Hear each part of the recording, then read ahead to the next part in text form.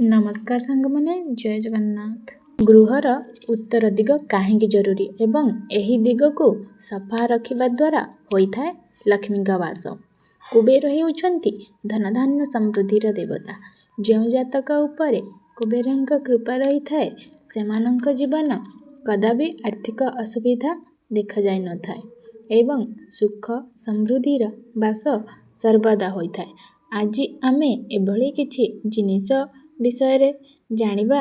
उत्तर दिगरे रखिबा द्वारा कुबेर देवता संतुष्ट होइथांती।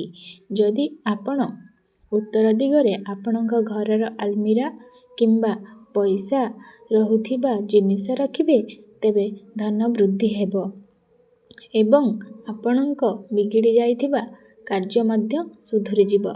जदि आपणक घरर उत्तर दिगरे नदी किंबा झरणार छोट लगाइबे तेबे एहा द्वारा घर को सकारात्मक ऊर्जार आगमन हेबो, नकारात्मक ऊर्जा दूरेई जिवो।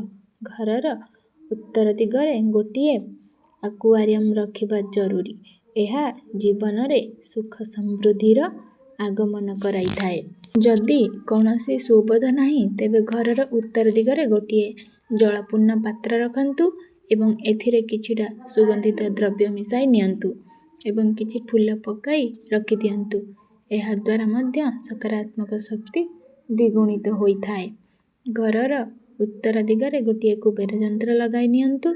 एपरि कले ऋण भाररु मुक्ति मिलिथाए।